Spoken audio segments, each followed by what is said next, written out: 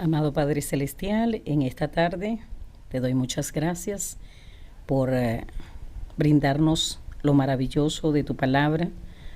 Entendemos que en ella está la sabiduría que nos guiará cada día para no solamente cumplir con propósito, sino para hacer lo más importante que podamos hacer como creyentes, que es agradar y glorificar tu nombre. Que seamos para tu honra y para tu gloria con cada uno de nuestro estilo de vida, Señor. En esta hora, amado Padre Celestial, declaro que esta palabra no va a volver vacía, sino que hará el efecto para lo que va a ser enviada. En el nombre de Jesús, amén. El tema que voy a compartirles en este día tiene que ver con prácticas que han detenido a la Iglesia de Jesucristo. Lleva como título, Erradicando estas prácticas, nunca más te detendrás. En la versión Hispanoamérica, en el libro de Romanos, capítulo 8, verso 12 al 14, dice, Por tanto, hermanos, si con alguien estamos en deuda, no es con nuestros apetitos desordenados para comportarnos según ellos. Porque si ustedes se comportan según esos apetitos, morirán. Pero si con la ayuda del Espíritu dan muerte a las obras del cuerpo, vivirán. Los que se dejen conducir por el Espíritu de Dios, estos son hijos de Dios. Pero es gracioso porque cuando lo leemos en el interlineal griego al español, dice, porque si según la carne vivís, vais a morir, mas si por el Espíritu las prácticas del cuerpo hacéis morir, viviréis. Entonces vemos que hay cosas que no se tradujeron de la manera correcta y no le dieron el énfasis que realmente tenían o como Dios las quiso presentar, y esto nos ha traído problemas. Hay un tipo de práctica o dos muy resaltantes que parece que estuvieran de manera subliminal impidiendo que el creyente la descubra en las Sagradas Escrituras. Pero estas prácticas hace del creyente un incapaz para avanzar, hará o activará de él un corazón necio, entenebrecido, una mente reprobada, un entendimiento entenebrecido, y esta práctica impedirá que sea fructífero en cuanto a los frutos del Espíritu. Por otra parte, estas prácticas de las que les voy a hablar en esta tarde, activa contra los que las llevan a cabo ruina, desolación, ensañamiento, saqueo, que lo despojen de sus pertenencias, de sus hijos, de sus viviendas, que sufran robos, terrorismo, miseria, muerte de sus hijos y, por último, ellos también tengan muertes violentas. Tuvimos la gran oportunidad de tener un taller en nuestra congregación, un taller para parejas, y este taller ha sido extremadamente maravilloso para nosotros, nos ha edificado, nos ha confrontado, ha sido de verdadera edificación para cada uno de los que participamos en esa oportunidad, en este taller.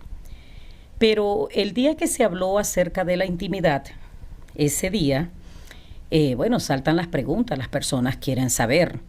Hubo quien se parara y preguntara a los líderes que estaban dirigiendo el taller, hermano, ¿es válido en el matrimonio tener sexo oral, tener sexo anal?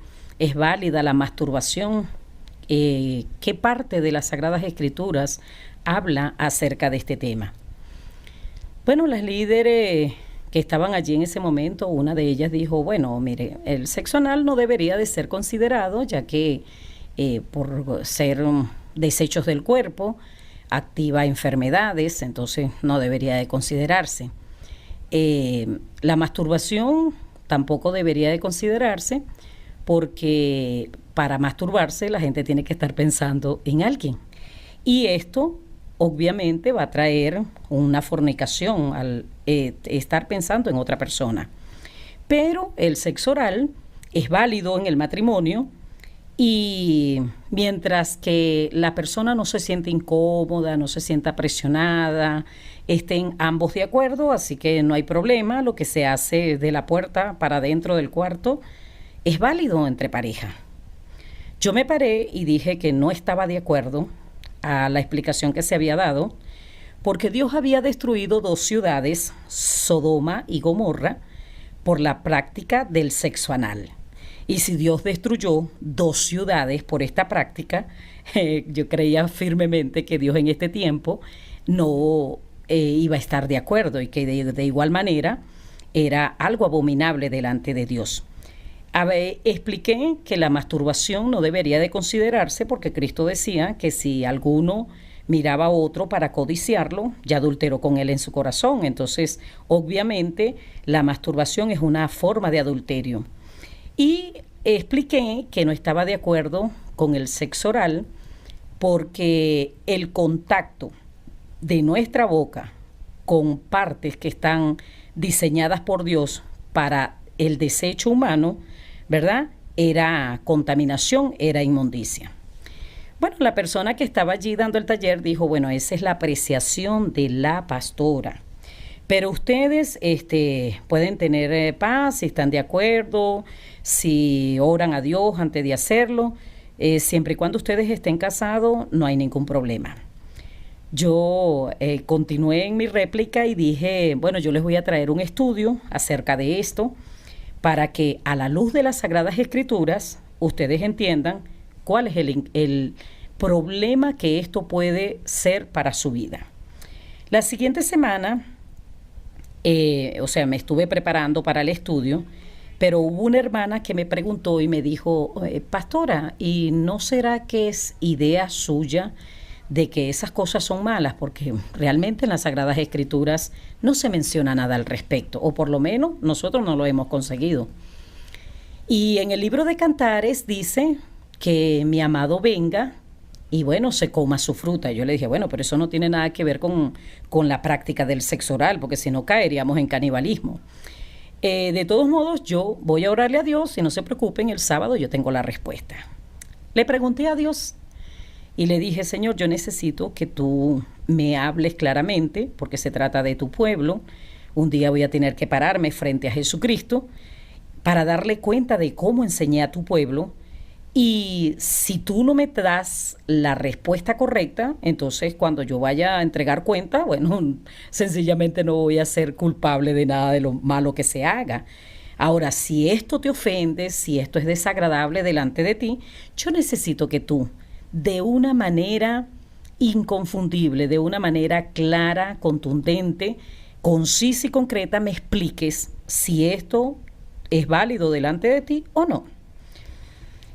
El Padre me llevó a Ezequiel 23 y es bastante interesante este pasaje porque habla acerca de 2 jóvenes que practicaban prostitución y aún se mantenían vírgenes de alguna manera. Dice el capítulo 23, versículo 1 en adelante, en la Nueva Versión Internacional, dice, el Señor me dirigió la palabra. Hijo de hombre, te cuento que había 2 mujeres, hijas de una misma madre. Desde jóvenes se dejaron manosear los senos.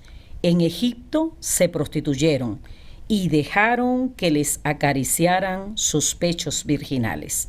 Ahora, yo me pregunto, porque o dormimos en el suelo o dormimos en la cama, las 2 cosas al mismo tiempo no se pueden hacer. Si ellas tenían una práctica de prostitución y dice que le acariciaron sus pechos virginales, ¿cómo era que ellas tenían una práctica de prostitución mientras que sus pechos eran virginales? Bueno, conforme vayamos desarrollando la lectura, nos vamos a dar cuenta que estas mujeres no se habían dejado penetrar por ninguna de las 2 vías que acostumbran algunas mujeres, ¿verdad? Pero que tenían una práctica que es una práctica sacada de la prostitución. El versículo 4 dice, la mayor se llamaba Aholá y la menor Aholibá. Me uní a ella y me dieron hijos e hijas. Aholá representa a Samaria y su hermana Aholibá a Jerusalén. Mientras Saulá me pertenecía, me fue infiel y se enamoró perdidamente de sus amantes, los asirios.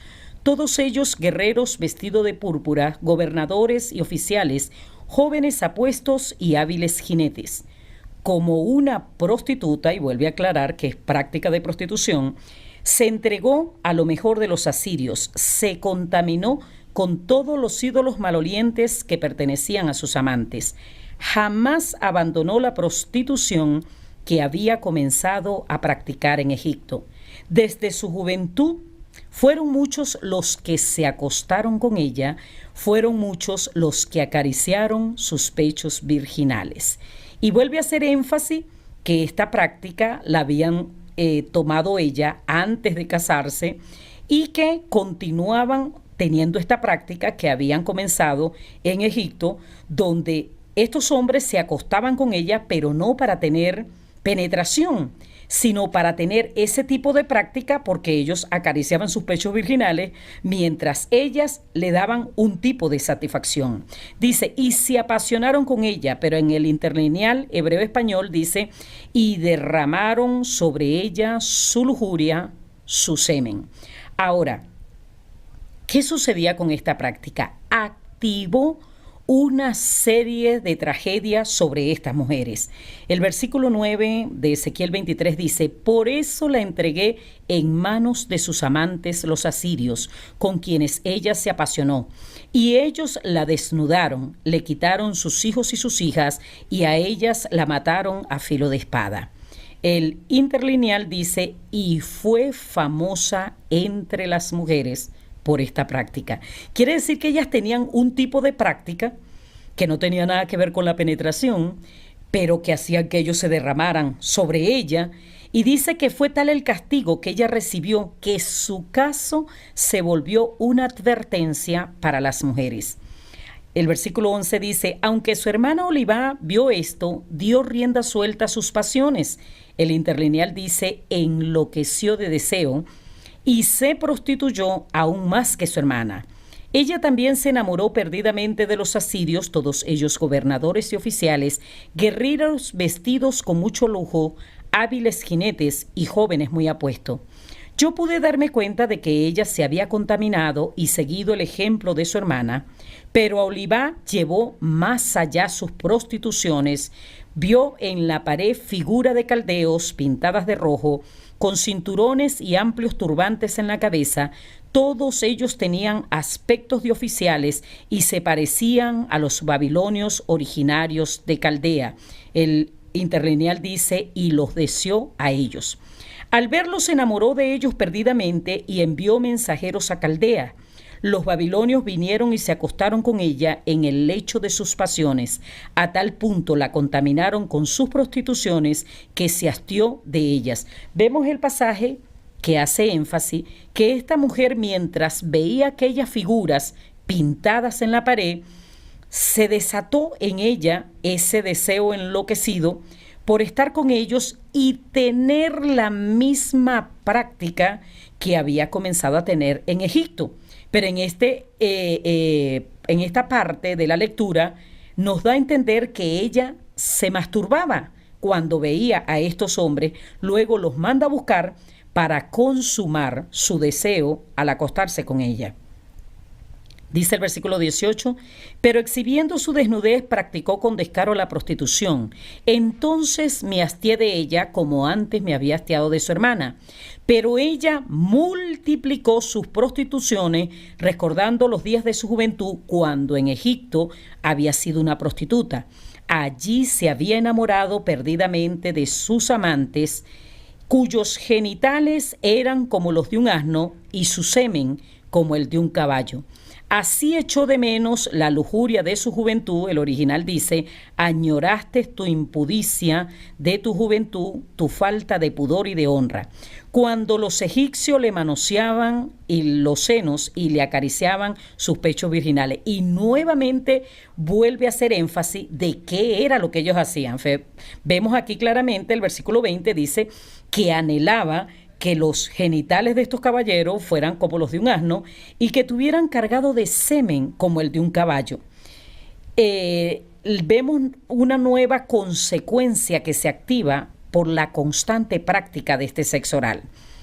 Vemos que el versículo 22 dice: por eso, Olivá, así dice el Señor Omnipotente, voy a incitar contra ti a tus amantes, de los que ahora estás hastiada. De todas partes traeré contra ti a los babilonios, a todos los caldeos, a los de Pecoc, a los de Zoá, a los de Coá, y con ellos a los asirios, todos ellos jóvenes apuestos, gobernantes y oficiales, guerreros y hombres distinguidos montados a caballo. Vendrán contra ti con muchos carros y carretas y con una multitud de ejércitos, cascos y escudo. Les encargaré que te juzguen y te juzgarán según su costumbre. Descargaré sobre ti el furor de mi ira y ellos te maltratarán con saña. Vemos que el ensañamiento de hombres contra sus mujeres es activado por esta práctica del sexo oral. Dice: te cortarán la nariz y las orejas, y a tus sobrevivientes los matarán a filo de espada.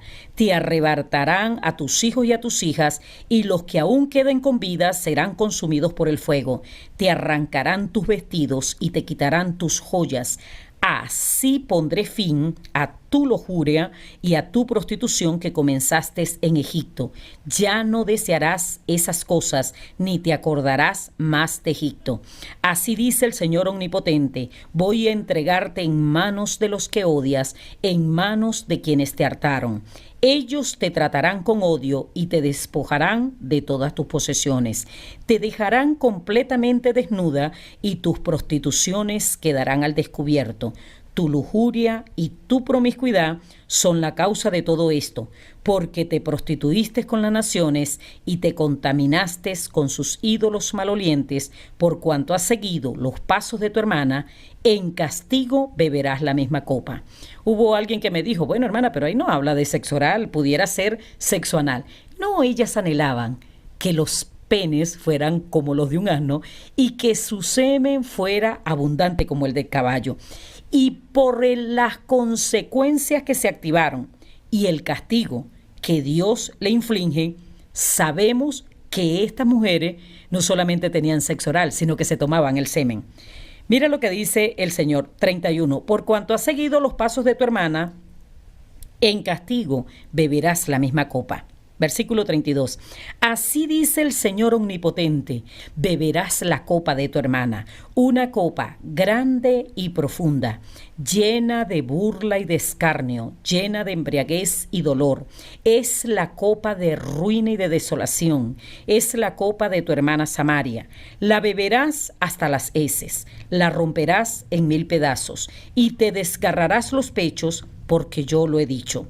Lo afirma el Señor Omnipotente. Vemos que todo esto activó una serie de tragedias sobre estas mujeres y era causa y efecto por este tipo de práctica. El versículo 35 dice: por eso así dice el Señor Omnipotente, por cuanto has olvidado y me has dado la espalda, sufrirás las consecuencias de tu lujuria y de tus prostituciones. El versículo 46 dice: en efecto así dice el Señor, que se convoque a una multitud contra ellas y que sean entregadas al terror y al saqueo, que la multitud las apedree y las despedace con la espalda, que maten a sus hijos y a sus hijas y les prendan fuego a sus casas. Yo pondré fin en el país a esta conducta llena de lascivia.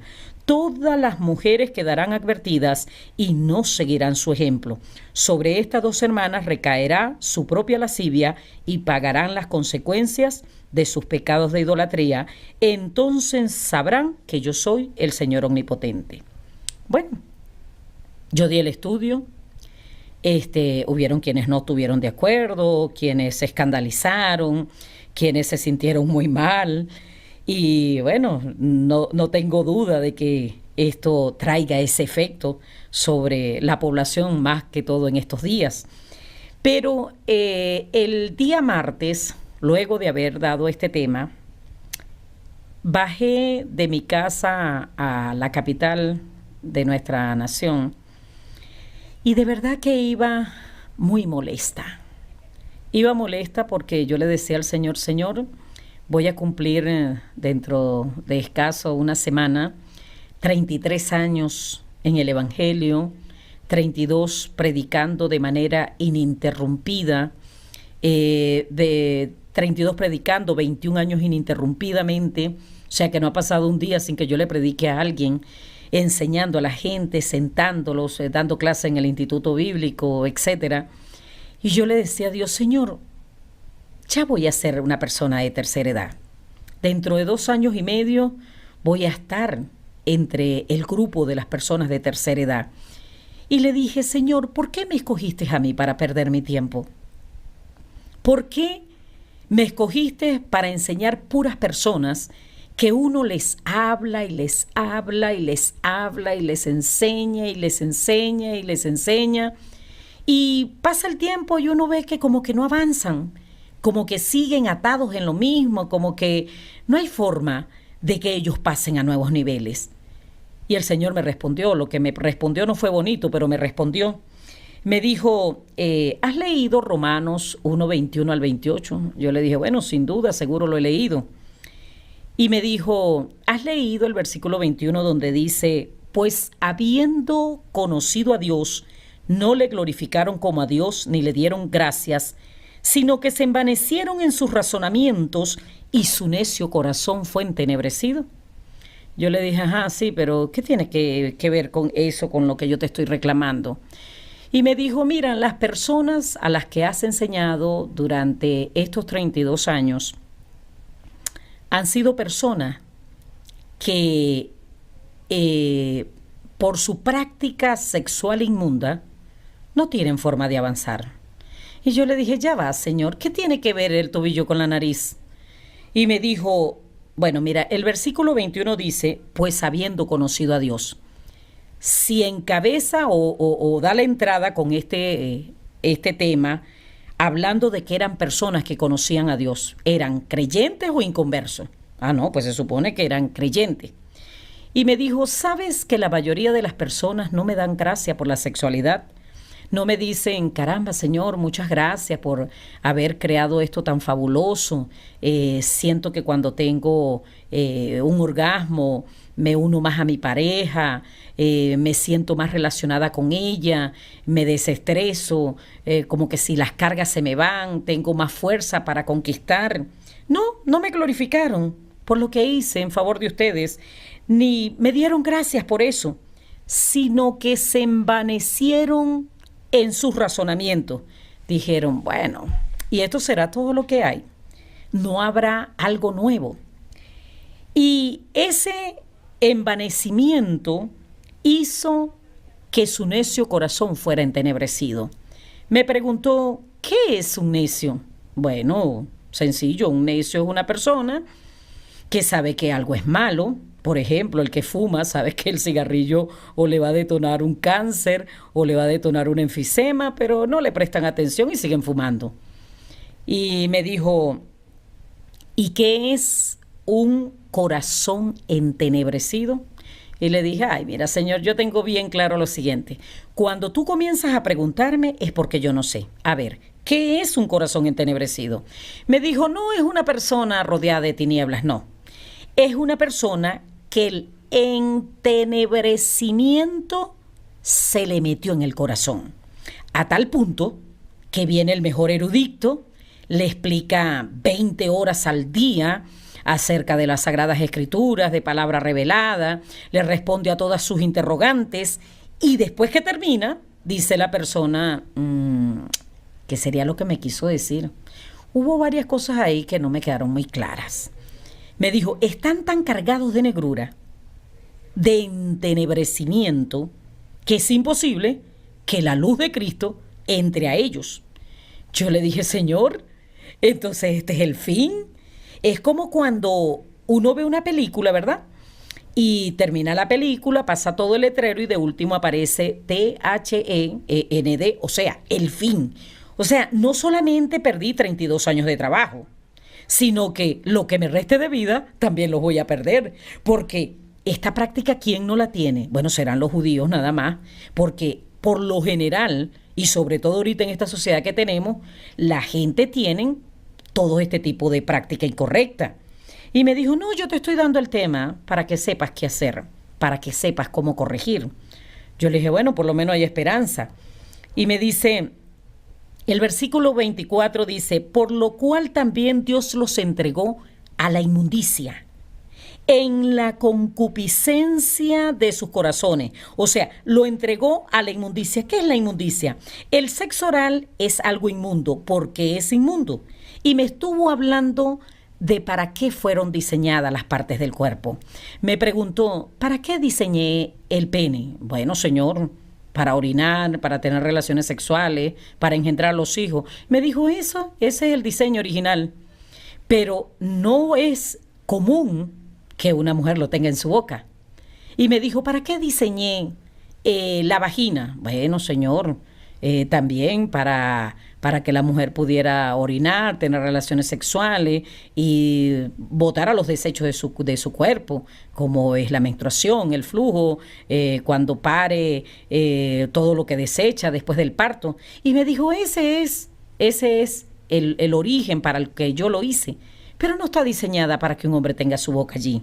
Es inmundo que la boca toque o entre en contacto con órganos del cuerpo diseñados para excretar desechos del cuerpo, como son orina, flujo y menstruación. Y me dijo, concupiscencia es deseo sexual desordenado de sus corazones, de modo que ellos deshonraron entre sí sus propios cuerpos. Dice el versículo 26, por esto Dios los entregó a pasiones vergonzosas, pues aún sus mujeres cambiaron el uso natural por el que es contra naturaleza. Y me preguntó y me dijo, ¿qué significa que las mujeres cambiaron el uso natural por el que es contra naturaleza?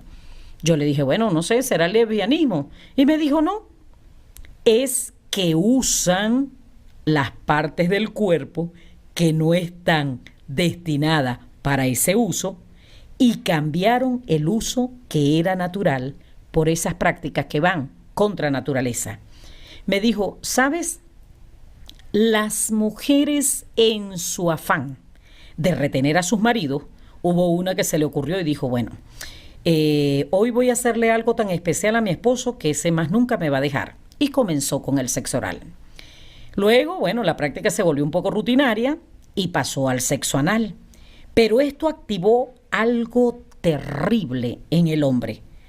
Dice el versículo 27, y de igual modo también los hombres, dejando el uso natural de la mujer, se encendieron en sus lascivias unos con otros, cometiendo hechos vergonzosos, hombres con hombres, y recibiendo en sí mismo la retribución debida a su extravío. Me dice, ¿sabe? Estas prácticas que tuvieron las mujeres con sus maridos, despertó en ellos un deseo tan vasto que comenzaron a ver a los hombres y dijeron, bueno, lo que me hace mi mujer no está mal, pero ¿qué se sentirá hacer lo mismo con un hombre? Entonces, por ellas haber dejado el uso natural por el que es contra naturaleza, activaron que los hombres descendieran en estas pasiones vergonzosas. Y el versículo 28 dice, y como ellos no aprobaron tener en cuenta a Dios, Dios los entregó a una mente reprobada para hacer cosas que no convienen. Y me preguntó y me dijo, ¿qué es una mente reprobada? Ay, Señor, no sé, no tengo idea. A ver, ¿qué es una mente reprobada? Y me dijo, bueno, como dice el versículo, una mente reprobada es aquella que está condicionada única y exclusivamente para hacer cosas que no convienen. Cosas que no le convienen a ellos, cosas que no le convienen a su familia, cosas que no le convienen a su entorno, cosas que no le convienen a la iglesia y cosas que no le convienen a la nación. Y me dijo, te voy a dar varios ejemplos de lo que es una mente reprobada. Obvio, yo voy a dar 2 nada más, porque si no, bueno, tendré que grabar como 3 CDs. Me dijo, te voy a poner el primer ejemplo. Una persona está en busca de un trabajo y agarró, metió su currículum en determinado lugar, lo llaman, le dicen, caramba, mire, creo que usted cumple con todos los requisitos, así que el empleo es suyo. A partir de esta semana usted trabaja con nosotros. Eso sí, tenemos una serie de reglas acá y la más resaltante de todas ellas es que usted no puede estar aquí con enamoraderas ni romances con nadie. Así que el día que nosotros descubramos que usted tiene un romance aquí con alguien, lo vamos a votar. Ah, no se preocupe, no van a tener problemas conmigo, yo soy una persona decente. La persona comienza a trabajar, a los días se consigue alguien allí dentro de su lugar de trabajo, alguien que le gustó, le llamó la atención, comenzaron con el romance, se acostaron, practicaron sexo contra naturaleza. El enemigo que no tiene misericordia los avergüenza públicamente y votan a esta persona. Cuando la votan, dice la persona, wow, qué tremendo, ¿no? Fue lo primero que me advirtieron, que no podía tener romances aquí con nadie. Y lo peor es que perdí mi trabajito, que me costó tanto tenerlo. Y para más ñapa me quedé sin el trabajo y sin la persona. Pero bueno, ni modo, a lo hecho pecho. Vamos a tomar fuerzas y a comenzar de nuevo. Va y busca otro empleo y en el otro empleo vuelve a hacer lo mismo. Cuando lo vuelven a votar dice, no, pero lo mío es mala suerte y lo demás es cuento. ¿Cómo es posible que nuevamente me quede yo sin el empleo y también sin la persona y con una raya más para el tigre? Pues imagínese usted, es la segunda vez que me votan, qué tremendo, vale, no, pero bueno, ya esto no me va a volver a pasar porque yo no puedo volver a hacer lo mismo. Pero resulta que en cada lugar donde lo emplean hace lo mismo. Y así, y así, y así, y cada día tiene menos fuerzas, está más decepcionado del amor, está más cargado, más viejo, con menos fuerzas, con menos ganas de luchar. Y no importa cuánto dinero manejen, la mente reprobada hace que la persona solamente haga cosas que no convienen. Yo le dije, Señor, pero esto es demasiado para soportarlo una sola persona. Y me dijo, bueno, te voy a poner otro ejemplo. Imagínate el pueblo de Israel en el desierto. Pasa un año y una persona le dice a su compañero, oye, chico, a mí sí se me vienen ideas raras. Tú sabes que esta montaña que está aquí, me parece haberla visto antes. Esa montaña, no sé, me parece haberla visto en otra oportunidad. Y su compañero le dice, claro, vale, hace un año. Hace un año estuvimos aquí, mira, ¿tú estás viendo aquel estero? Bueno, ahí fue donde preparamos la carne. Y nos sentamos allá, viste, con la familia, ahí fue. ¿Y estás viendo esa peña que está ahí? Esa fue la que le habló Moisés y que brotó el agua. Sí, aquí tuvimos hace un año. ¿Cómo es la cosa? O sea que nosotros tenemos un año en el mismo lugar. Bueno, pues sí, al parecer sí. No puede ser. Nosotros tenemos que avanzar hacia la tierra prometida. Bueno, sí, hay que ponerse las pilas, pues imagínate, ya tenemos un año aquí. Pasan 15 años y a los 15 años la persona le dice de nuevo a su compañero, le dice, oye, vale, de verdad que a mí se me vienen unas ideas raras. Tú sabes que este árbol que está aquí, a mí me parece haberlo visto antes, pero en mi memoria fotográfica no está así como se ve ahorita, sino era como que más joven el árbol y ahorita se ve un poquito más desgastado, pero me parece haberlo visto antes. Claro, vale, hacen 15 años. Mira, recuerdo que fue un día sábado y nosotros el día anterior nos recogimos mucho maná y teníamos hambre. Entonces agarramos los hijos tuyos que eran los más pequeños y los montamos ahí para que bajaran fruto para nosotros comer. O sea, que nosotros tenemos 15 años en el mismo lugar. Bueno, al parecer sí. No vale, pero ¿cómo es posible? O sea, que nosotros estamos dando vuelta y vuelta y vuelta y no nos movemos al mismo sitio. No vale, tenemos que avanzar hacia la tierra prometida. Sí, ¿verdad? Sí, sí, bueno, hay que ponerse las pilas, nada, hay que hacer las cosas bien. Ok. Pasaron 38 años y esta persona viene cansada de tanto andar y se agarra una peña que vio por allá y se sentó. Y cuando está sentado ahí en esa piedra, dice a su compañero, wow, de verdad que a mí se me vienen ideas extrañas y lo demás es cuento. A mí me parece haberme sentado antes aquí. Esta piedra es hasta cómoda, pasé una piedra es hasta cómoda, pero a mí me parece haberme sentado antes aquí. Claro, vale. Hacen 38 años. Mira, los hijos tuyos venían corriendo y entonces tú tenías temor de que ellos se desviaran del camino y saliste corriendo detrás de ellos y cuando los alcanzaste, te los trajiste y justo aquí te sentaste a descansar. O sea que tenemos 38 años en el mismo lugar. Bueno, sí, al parecer sí. Tenemos 38 años en el mismo lugar. Me dijo, eso es una mente reprobada.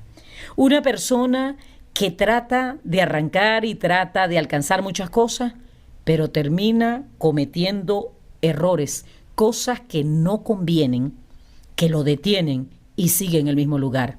Y me dijo, ¿sabes qué es lo peor de una mente reprobada? Yo le dije, ¿qué, Señor? ¿Qué es lo peor?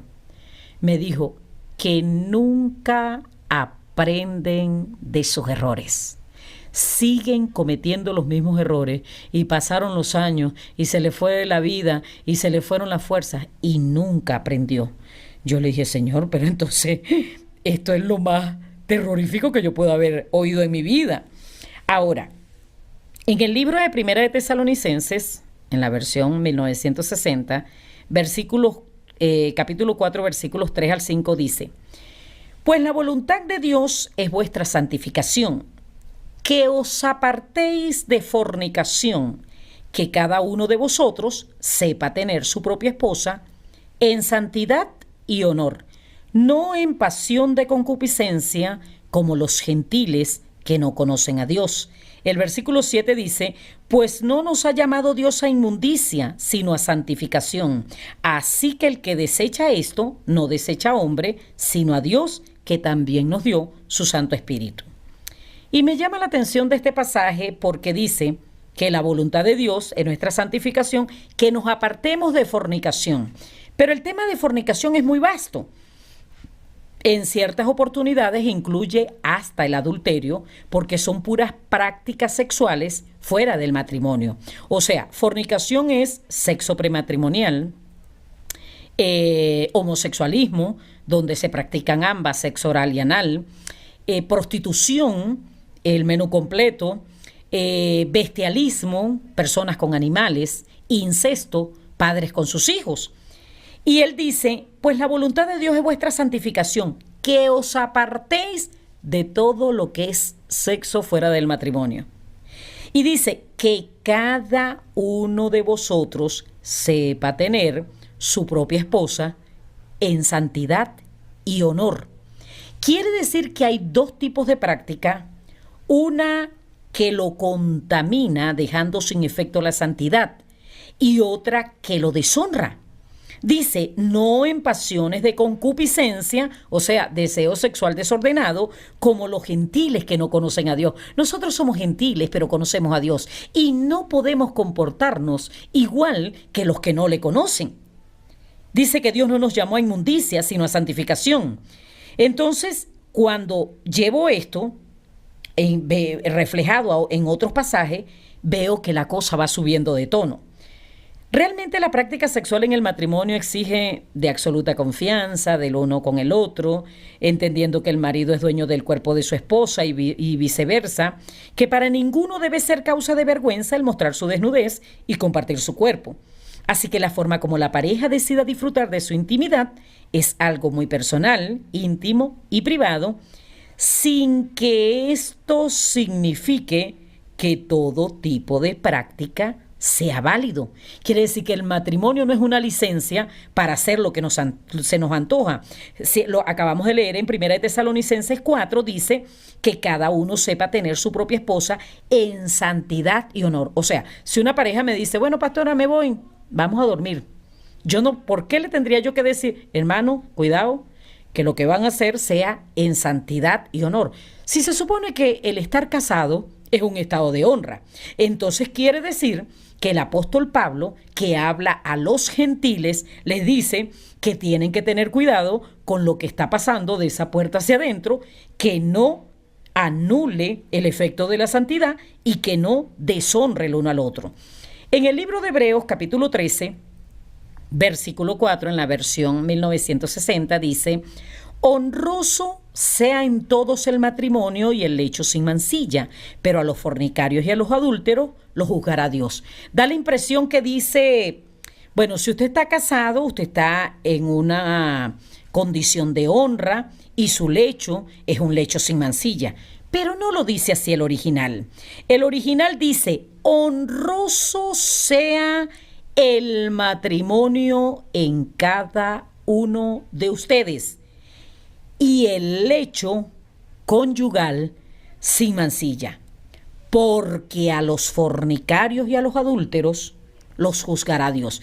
El apóstol le está diciendo, mire, a los fornicarios, a los adúlteros, ese es otro tema.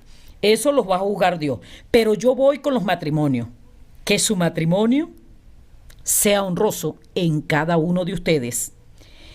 Y que el lecho conyugal sea sin mancilla. Ya va, vamos despacio.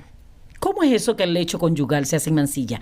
El lecho conyugal no es otra cosa sino el lugar, esa cama donde va una pareja, está hablando de los cónyuges, los que se casaron, ¿verdad? Y le está instando a que en el momento de esa unión entre los cónyuges sean sin mancilla. Entonces, nuevamente vemos que hay una advertencia para dos prácticas, una que lo deshonra y otro que lo mancilla.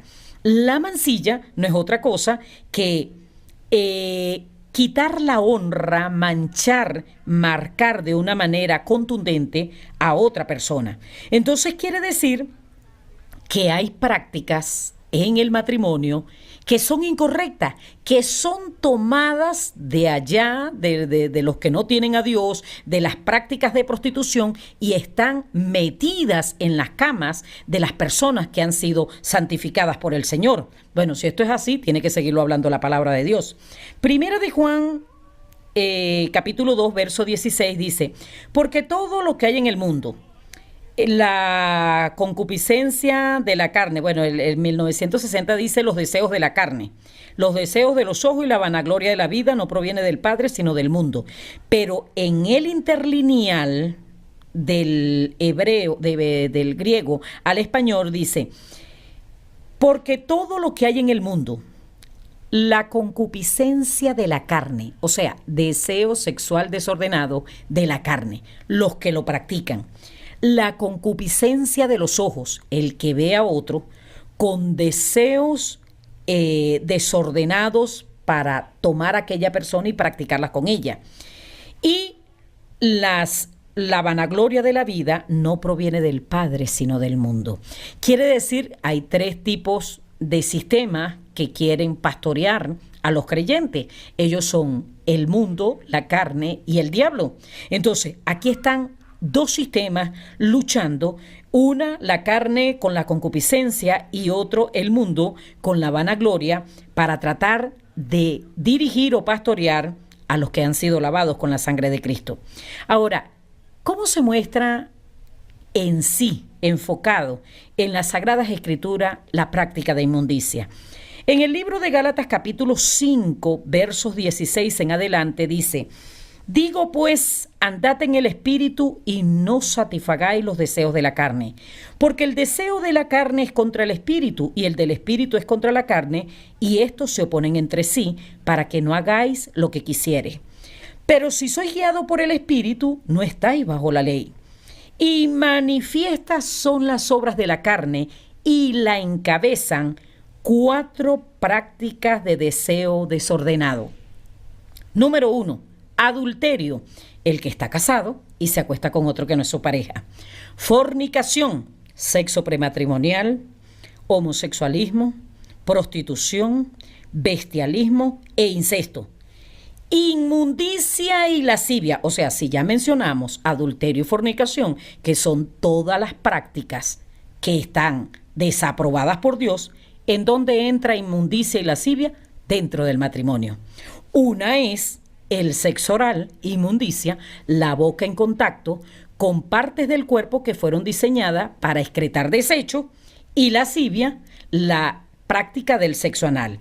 Idolatría, hechicería, enemistades, pleitos, celos, ira, contiendas, disensiones, herejías, envidias, homicidios, borracheras, orgías y cosas semejantes a estas, acerca de las cuales os amonesto, como ya os lo he dicho antes, que los que practican tales cosas no heredarán el reino de Dios. Mire, no va a heredar el reino de Dios el que cometa homicidio. Si no se arrepiente, no, los homicidas no entrarán. Pero tampoco entrará el que practique lascivia, sexo anal. No heredará el reino de Dios el adúltero, pero tampoco heredará el reino de Dios el que practica sexo oral. Y esto es algo para tomárnoslo muy en serio, porque hubo alguien que me dijo, ay hermana, pero cónchale, Dios entiende las flaquezas de uno. Y yo le hice la siguiente pregunta, yo le dije, mira, supongamos que te dan un nombramiento de juez principal del Tribunal Supremo de Justicia de nuestra nación. Te traen dos delincuentes y tú tienes que ejercer todo el peso de la ley dependiendo del crimen que cometieron. Uno acaba de cometer un homicidio terrible, implacable, y otro se comió un fruto, una banana que se robó. ¿Contra cuál serías más severo? Y él me dice, obvio, contra el homicida. Yo le dije, oye, pero Adán no mató a nadie. Adán solamente se comió un fruto. Y eso fue más que suficiente para sacarlo del Edén. Entonces nosotros hay veces queremos medir los pecados dependiendo de la gravedad o de cómo lo ve la sociedad. Pero resulta que para Dios es lo mismo. Para nuestro Dios es lo mismo, y Él hace advertencia que los que practican tales cosas no heredarán el reino de Dios. Dice, mas el fruto del Espíritu es amor, gozo, paz, paciencia, benignidad, bondad, fe, mansedumbre, templanza. Contra tales cosas no hay ley. La Nueva Versión Internacional dice, en cambio el fruto del Espíritu es amor, alegría, paz, paciencia, amabilidad, bondad, fidelidad, humildad y dominio propio. No hay ley que condene estas cosas.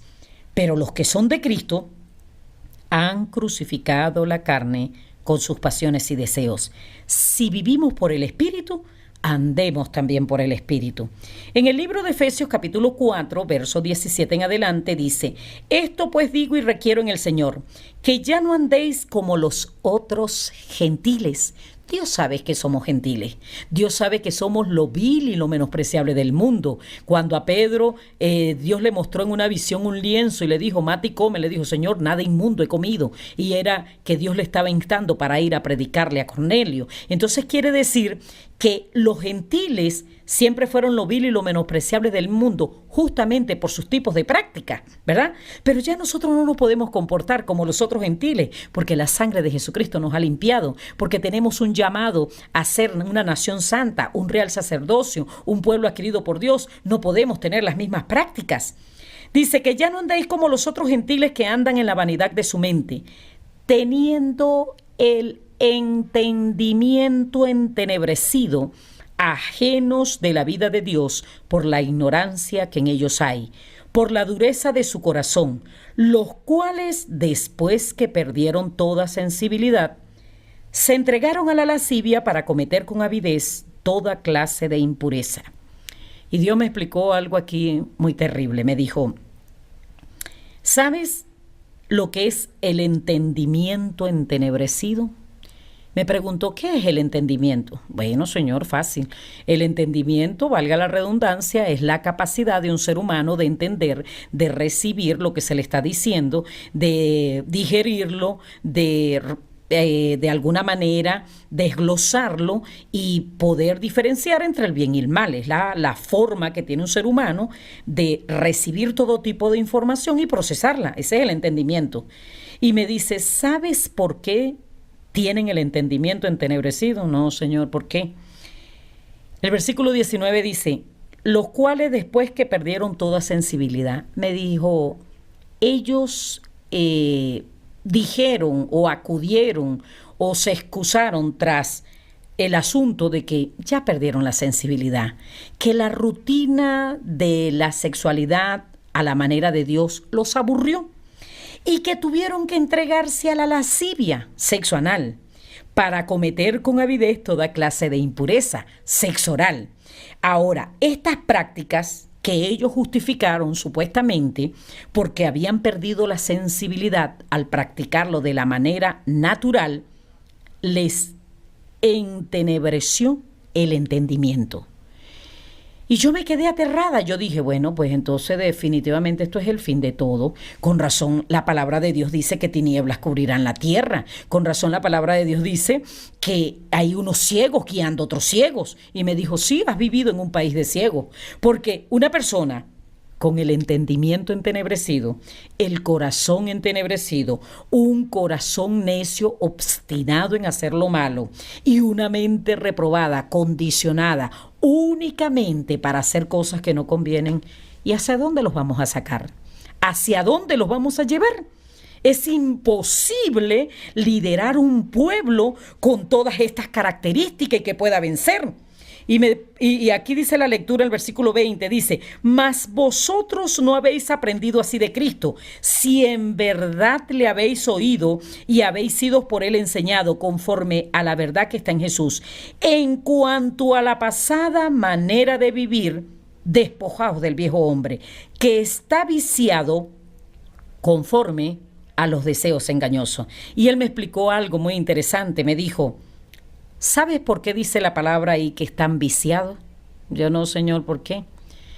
Me dijo, porque ellos apelan y dicen: perdí la sensibilidad, necesito de estas herramientas para poder tener un orgasmo. Y me dijo, pero son deseos engañosos. Y es sencillo. Un orgasmo siempre va a ser un orgasmo. El hecho de que la gente eche mano a la práctica del sexo oral y del sexo anal no es que lo van a pasar a pasear por todas las constelaciones y lo van a traer de regreso. Siempre la sensación va a ser la misma y el disfrute va a ser el mismo y la descarga va a ser la misma. Son simplemente deseos engañosos que al practicarlos se enviciaron. Y Dios manda que en cuanto a esa pasada manera de vivir, nos despojemos del viejo hombre. Dice: y renovaos en el espíritu de vuestra mente y vestíos del nuevo hombre, creado según Dios en la justicia y santidad de la verdad. Pero aquí no queda todo. En el libro de Efesios capítulo 5, 1 en adelante dice: sed pues imitadores de Dios como hijos amados, y andad en amor como también Cristo nos amó y se entregó a sí mismo por nosotros, ofrenda y sacrificio a Dios en olor fragante. Pero fornicación, todo lo que es práctica sexual fuera del matrimonio, y toda inmundicia, práctica sexual inmunda metidas dentro del matrimonio, o avaricia, ni aun se nombre entre vosotros como conviene a santos, ni palabras deshonestas, ni necedades, ni truhanería, que no convienen, sino antes bien acciones de gracias a Dios. Porque sabéis esto, que ningún fornicario, toda la práctica sexual fuera del matrimonio, o inmundo, las que trajeron de la prostitución y la practican en el matrimonio, o avaro, que es idólatra, tiene herencia en el reino de Cristo y de Dios. ¿Sabe por qué Dios toma la sexualidad incorrecta como idolatría? Porque cuando uno le dice a la gente que se corrija, que tiene que dejar estas prácticas porque a Dios no le agradan, ellos dicen: mire, pastor, vamos a hacer una cosa, yo mejor me voy a corregir y después vengo cuando yo me sienta, usted sabe, competente para esto. Abandonan a Dios porque le dan prioridad a las cosas que según ellos le dan una satisfacción, pero que van en contra de la palabra. Dice: nadie os engañe con palabras vanas. Si usted está casado, todo es válido en el matrimonio. Mire, que nadie los engañe con esas palabras vanas, porque por estas cosas viene la ira de Dios sobre los hijos de desobediencia. No seáis pues partícipes con ellos, porque en otro tiempo eras tinieblas, mas ahora soy luz en el Señor. Andad como hijos de luz, porque el fruto del Espíritu, lo que Dios está esperando que nosotros demos como fruto, es bondad, justicia y verdad, comprobando lo que es agradable al Señor. Y el versículo 11 dice: y no participéis de las obras infructuosas de las tinieblas. Esta es como la cereza sobre el pastel. Imagínese usted eso, una persona con el entendimiento entenebrecido, cargado de negrura, que no entra a la luz de Cristo. Un corazón entenebrecido que ni el mejor erudito lo hace entender. Un corazón necio, obstinado en hacer lo malo. Una mente reprobada, condicionada para hacer cosas que no convienen. Y por esta práctica de las tinieblas se vuelven infructuoso. O sea, nosotros estamos en una lucha contra la marea, tratando de sacar de esa gente una conducta correcta, porque yo he visto mucha gente que gana alma, pero su conducta deja mucho que desear. Entonces no tiene nada que ver con ganar alma. Tiene que ver con dar frutos del Espíritu. Y por eso aquí la palabra lo recalca, lo que son los frutos del Espíritu. Dice, y no participéis de las obras infructuosas de las tinieblas, sino más bien reprendedla, porque vergonzoso es aún hablar de lo que ellos hacen en secreto. ¿Cómo que es vergonzoso? No sé cuántas personas he casado en 32 años. Pero cuando ellos se despiden y me dicen, chao, pastora, nos vamos para la luna de miel, yo sé lo que van a hacer. No me asusta lo que van a hacer. ¿Por qué dice que es vergonzoso aún hablar de lo que ellos hacen en secreto? Si en el tiempo que se escribieron las Sagradas Escrituras le daban una toallita, tome, me avisan cuando terminen, nosotros vamos a estar esperando aquí. Entonces, ¿por qué? Porque la práctica que tienen allí es contra naturaleza. Por eso es vergonzoso. Dice, mas todas las cosas cuando son puestas en evidencia por la luz son hechas manifiestas, porque la luz es la que lo manifiesta todo. Terminamos con 3 pasajes que tenemos acá a continuación. Segunda de Timoteo, capítulo 4, versículo 1 al 5 dice, en la versión 1960, te encarezco delante de Dios y del Señor Jesucristo, que juzgará a los vivos y a los muertos, en su manifestación y en su reino, que prediques la palabra, que instes a tiempo y fuera de tiempo, redarguye, reprenda, exhorta, con toda paciencia y doctrina, porque vendrá tiempo cuando no sufrirán la sana doctrina, sino que teniendo comezón de oír, se amontonarán maestros conforme a sus propias concupiscencias, o sea, maestros conforme a su deseo sexual desordenado, y apartarán de la verdad el oído y se volverán a la fábula o a los mitos, unas historietas fantásticas que apartan a la gente de la verdad. Pero tú sé sobrio en todo, soporta las aflicciones, haz obra de evangelista, cumple con tu ministerio. En la versión paráfrasis dice, por lo tanto, te encarezco ante Dios y ante Jesucristo, que juzgará a los vivos y a los muertos, cuando venga a establecer su reino, que con urgencia prediques la palabra de Dios, que lo hagas a tiempo y fuera de tiempo, cuando convenga y cuando no convenga. Convence, aconseja, reprende si es necesario, insta a hacer el bien y en todo tiempo, con paciencia, proporciona a tu pueblo el alimento espiritual de la palabra de Dios, porque llegará el momento en que la gente no querrá escuchar la verdad, sino que correrán en pos de maestros que les digan lo que desean oír. En vez de escuchar lo que la Biblia dice, correrán ciegamente tras sus cerrados conceptos. Por eso mantente despierto, vigilante, no temas sufrir por el Señor, gana almas para Cristo, cumple con tu ministerio. En 2 de Pedro capítulo 2 dice, en la versión parafraseada, dice, pero así como en el pasado hubo falsos profetas, entre ustedes surgirán falsos maestros que veladamente les mentirán acerca de Dios y hasta se volverán contra el mismo Señor que los salvó. El fin de los tales será repentino y terrible, pero muchos seguirán sus perversas enseñanzas, especialmente la de que no hay nada de malo en el libertinaje sexual, y esto hará que se hable mal del Evangelio. ¿Por qué hará que se hable mal del Evangelio? Porque mientras la gente tenga una práctica de inmundicia y de lascivia, no van a avanzar, no van a dar frutos dignos de arrepentimiento, no se les va a manifestar los frutos del Espíritu, por lo tanto van a seguir constantemente recreándose en sus errores, practicando cosas que no convienen y no van a tener ningún avance exitoso para poder ser dignos de ser seguidos. Dice, pero muchos seguirán sus perversas enseñanzas, especialmente la de que no hay nada de malo en el libertinaje sexual, y esto hará que se hable mal del Evangelio. Tan avariciosos serán estos maestros que les dirán cualquier cosa con tal de sacarles dinero. Pero no se preocupen ustedes, Dios hace tiempo que ha dictado sentencia contra ellos y ya les llegará la hora del castigo. Dios no perdonó a los ángeles que pecaron, sino que los arrojó al infierno y los dejó encadenados en prisiones de oscuridad hasta el día del juicio.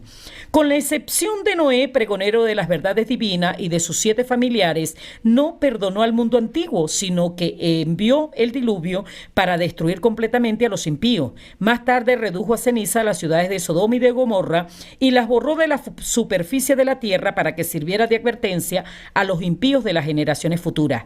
Pero al mismo tiempo rescató a Lot, porque era un hombre justo que estaba asqueado de las perversidades que veía cometer a diario en Sodoma. No cabe duda entonces de que el Señor sabrá rescatarnos de las tentaciones que nos abruman y reservará el castigo de los injustos para el día del juicio. El Señor es excepcionalmente severo con los que andan siempre con pensamientos malos y libertinos y son tan orgullosos y testarudos que no temen burlarse de los poderes del mundo invisible. Ni siquiera los ángeles del cielo, que están en la presencia del Señor y son mayores en fuerza y en potencia que cualquiera de estos falsos maestros, se atreven a hablar de ellos irrespetuosamente. Pero estos falsos maestros, como animales irracionales que nacen para ser apresados y matados, se guían únicamente por los instintos. En su insensatez se burlan de los poderes del mundo invisible, aunque muy pocos saben de ello. Pero un día, como animales, también perecerán, por vivir continuamente entregados al pecado y a la perdición. Ciertamente es una vergüenza y un escándalo que entre ustedes haya individuos que, aunque participan en sus convites como personas decentes, viven entregados al pecado. No hay mujer que se escape de su lujuriosa mirada y no se cansan de cometer adulterio. Para ellos, seducir mujeres débiles es un deporte. En la avaricia tienen maestría. Son tan condenados y malditos, andan tan descarriados que muy bien podría llamárseles seguidores de Balaán, el hijo de Beor, quien por ganar dinero hacía cualquier cosa, y tuvo que ser reprendido por su iniquidad. Un día su burra habló con voz humana y refrenó la locura de Balaán. Estos individuos son como manantiales secos, prometen mucho y dan poco, y son inestables como nubes de vendaval. Están condenados a pasar la eternidad en la más negra oscuridad. Uno los escucha y no hacen más que jactarse de sus pecados y conquistas. Lo más triste es que, apelando a los deseos de la naturaleza humana, seducen a los que acaban de apartarse de semejante vida de corrupción. Uno no se salva por ser bueno, dicen, así que da lo mismo ser malo que ser bueno. Uno puede hacer lo que le plazca, porque para eso somos libres. Lo curioso es que esos mismos maestros que ofrecen la libertad de la ley son esclavos del pecado y de la destrucción. El hombre es esclavo de cualquier cosa que lo domine, y si una persona que había escapado de los perversos caminos del mundo por haber conocido a nuestro Señor y Salvador Jesucristo vuelve a caer en pecado, queda peor que antes. Mejor le hubiera sido no haber conocido a Cristo que luego tirar a un lado los santos mandamientos que le fueron dados. Hay un viejo proverbio que dice: el perro vuelve a su vómito y la puerca lavada a revolcarse en el cieno. Así pasan con los que vuelven a entregarse al pecado. Quiere decir que va a venir una serie de personas que van a defender las prácticas inmorales dentro del matrimonio, pero nosotros tenemos que luchar y erradicar eso de nuestras vidas y enfocarnos a enseñarle a los demás de la manera correcta. Por último, cerramos con 2 de Tesalonicenses 2:1 al 15. La gran apostasía o la rebelión extrema contra Dios. Dice: y ahora queda el retorno de nuestro Señor Jesucristo y de nuestro encuentro con Él. No se alteren ni se turben, hermanos, si llega a sus oídos el rumor de que el día del Señor ya llegó. Si oyen hablar de individuos que han tenido visiones o que han recibido mensaje de Dios acerca de esto, o si les hablan de alguna que otra carta que podamos haber enviado al respecto, no lo crean. No se dejen engañar, porque ese día no llegará hasta que dos cosas sucedan. Primero, habrá un periodo de rebelión extrema contra Dios. ¿Quiénes se van a rebelar? ¿Los inconversos? No, los creyentes. Y entonces se manifestará el hombre de pecado, el hijo del infierno, el adversario de todo lo que se llama Dios o es objeto de culto. Este personaje hasta se atreverá a ir y sentarse en el templo de Dios y hacerse pasar por Dios. ¿No se acuerdan ustedes que les hablé de esto cuando estuve allá? Como recordarán, también les dije que hay un poder que impide que ella esté aquí y que no le permitirá venir hasta su debido tiempo. La obra que va a llevar a cabo ya se está desarrollando, pero el hombre de pecado mismo no podrá venir hasta que lo que lo detiene se ha quitado de en medio. Entonces aparecerá aquel inicuo, pero el Señor lo consumirá con el soplo de su boca y lo destruirá con el resplandor de su venida. Este hombre de pecado será instrumento de Satanás y vendrá tan lleno de poder satánico que podrá engañar con extrañas demostraciones y falsos milagros. Engañará por completo a los que marchan camino del infierno por haber dicho no a la verdad y por haberse deleitado en el pecado. ¿A cuál verdad? Que sin santidad nadie verá al Señor. que a la advertencia de Jesucristo dice que el que es inmundo, bueno, cada día practique la inmundicia, y el que sea santo va a tener que dejar la inmundicia y santificarse cada día más.